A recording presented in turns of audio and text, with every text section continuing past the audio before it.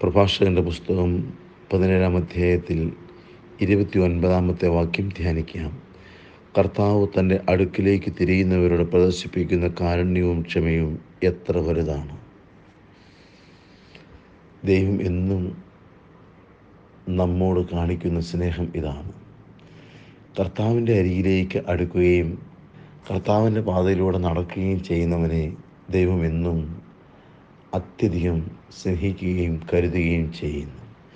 വേണ്ടതൊക്കെ അവന് ചെയ്തു കൊടുക്കുകയും ശരിയായ പാതയിൽ നയിക്കുകയും ചെയ്യുന്നു. ദൈവത്തിൽ നിന്ന് അകന്നു നടക്കുമ്പോൾ വലിയ നിഴൽ വീണ താഴ്വരയിൽ അവൻ നിബദിക്കുന്നു.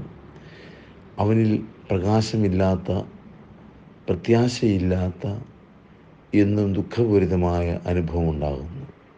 ആയതിനാൽ ദൈവം കൂടെയുണ്ടെന്നുള്ള ബോധ്യത്തിൽ ദൈവത്തോട് ചേർന്ന് നടക്കുന്നവനിൽ പ്രതീക്ഷയുടെയും പ്രത്യാശയുടെയും എന്നും ആത്മീയമായ പരിശുദ്ധാത്മ വരങ്ങളുടെയും അനുഭവം ഉണ്ടാകുന്നു.